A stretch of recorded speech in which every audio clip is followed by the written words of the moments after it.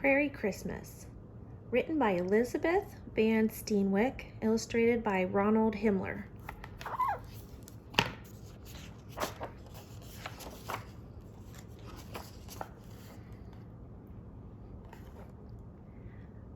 A knock on the door wakes me in the night.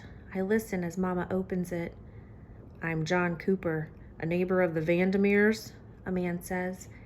"They say to hurry because their baby is coming." It's too soon. I hear the worry in Mama's voice as she closes the door. Mama always goes when someone comes to tell her she's needed, and I always go with her because she won't let me stay home alone. Mama's a doctor, and she says it's about time women got to be doctors. After all, it's 1880. But why does she have to be a doctor tonight? Christmas Day has just begun, and the two of us had our own plans. Now Mama will be working, and I'll be waiting, just as though it's any other day.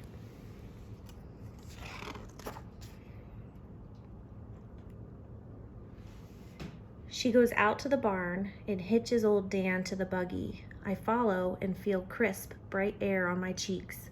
Gran knit a woolly scarf for me when I was a baby, and tonight I wrap it closer to my chin. It used to be miles too long, but little by little I'm growing into it, now that I'm almost 11. Mama tucks our Texas Star quilt around us. Then old Dan takes off on the dirt road that heads north through Nebraska. The jingle of bells on his bridle announces that we're coming, and a bright star shows the way. "Come on, old Dan," Mama says. "We can't be slowpokes tonight." 1 hour later, we pull into the barnyard. Mr. Vandermeer opens the front door even before old Dan's bells have stopped jingling. "Hurry," he says. The Vandermeer's house and barn are built under one roof. The animals live on one side, the family on the other. The animals can look right into the great room through the half-open doors. Mr. Vandermeer and Mama rush into the house. I unhitch old Dan and give him a measure of oats in his nose bag before following them. A lamp brightens one corner of the great room, and a mantel clock strikes 2 as we step inside. A small undecorated fir tree stands nearby. Christmas was interrupted here, too. Logs sputter in the fireplace, throwing off a warm glow. I am drawn to it, while Mama wraps herself in a white apron. "She's asking for you," Mr. Vandermeer says. Mama nods and follows him into another room to tend to his wife. Now comes the waiting part, but I'll never get used to it. In the rocking chair beside the fire, I wrap my thick scarf around me and doze until the clock strikes again. I waken and realize that I'm being watched. 2 little faces peer at me from the sleeping cupboard in the wall. In their night clothes, they look like frightened angels. "Is our new baby here yet?" the little boy asks. He comes to stand close to me. "No," I say. "It might take a while." "Most of my Christmas," I add to myself. His sister is tall and her braids are long. "What's your name?" she asks. "Emma. What's yours?" "Hansy," she answers. "My brother is Will." A low groan from their mother comes from the bedroom. Hansy and Will look alarmed and step closer to each other. "Don't be afraid," I tell them. "They're not having much of a Christmas either." Will helps himself to an apple from a wooden bowl on the table, and old Dan begins to shake his head. "Old Dan likes apples too," I say, and take one to him. While his giant jaws crunch the apple, I stroke his long silver mane. He's always liked that. Then I get an idea. "What are you doing?" Hansy asks. "Watch." I comb my hand through old Dan's mane and loosen strands of hair. Then I gather a handful and give some to Hansy and some to Will.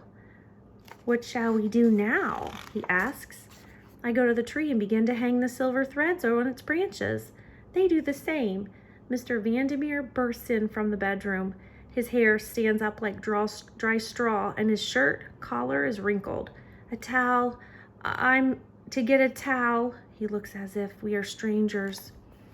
I find one near the wash basin. He takes it and rushes back to the bedroom. Unanswered questions, mine, Hansie's, and Will's, hover around me. Will puts his hand in mine and looks at me. I want my mama, he begins. So do I think, but I am older, so I do not say that out loud. I can spare a hug, though. It's good for him and good for me as well. I'm hungry, Hansie announces. Ma didn't feel like making supper last night. She glances at the bedroom door, anxious and uncertain. Let's make breakfast, I say. Their faces brighten. You? Will asks. Me, I say. When my mom is tired, I cook. I go to the cupboard and find rice and cinnamon and sugar and salt and raisins too.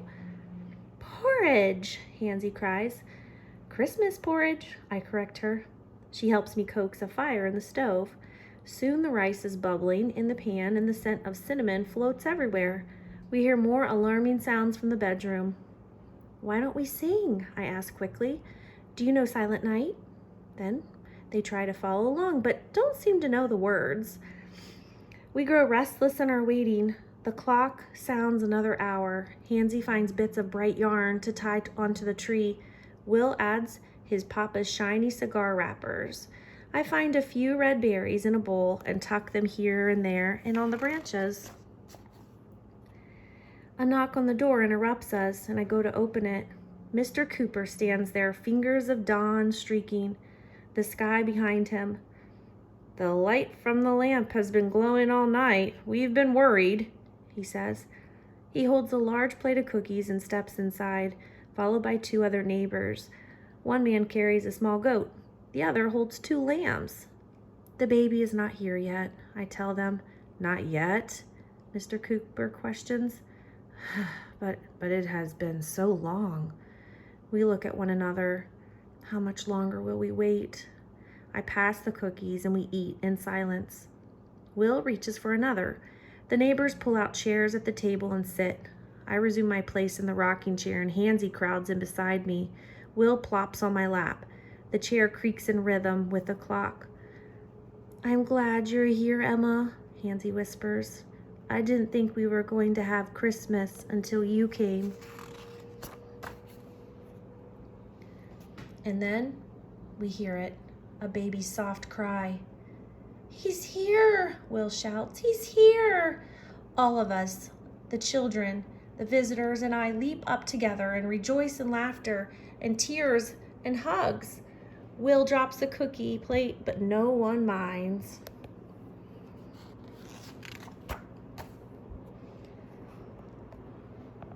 Soon the bedroom door opens. My mama comes out. She looks tired, and I remind myself to do the dishes all by myself tonight. She speaks to Hansie and Will. Your pa is bringing the baby and your ma in here where it's warmer. She saves a special smile for me.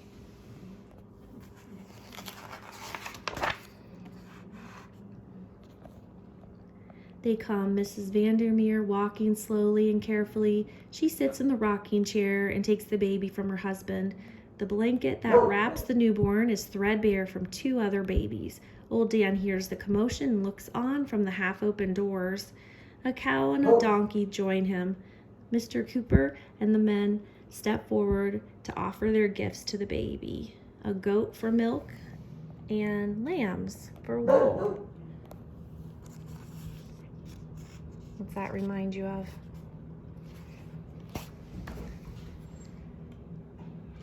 It's a night for gifts. Hansie and Will give apples, and I hand my long scarf to Mrs. Vandermeer. She wraps it around and around her newborn. The baby will grow into its miles of warmth, as I did, and one day outgrow it, as I have done tonight. She's really grown up. Later, after everyone has eaten Christmas porridge, Mama and I hitch old Dan to the buggy and drive home in a scattering of soft and silent snow. I'll always remember this Christmas, I say, always.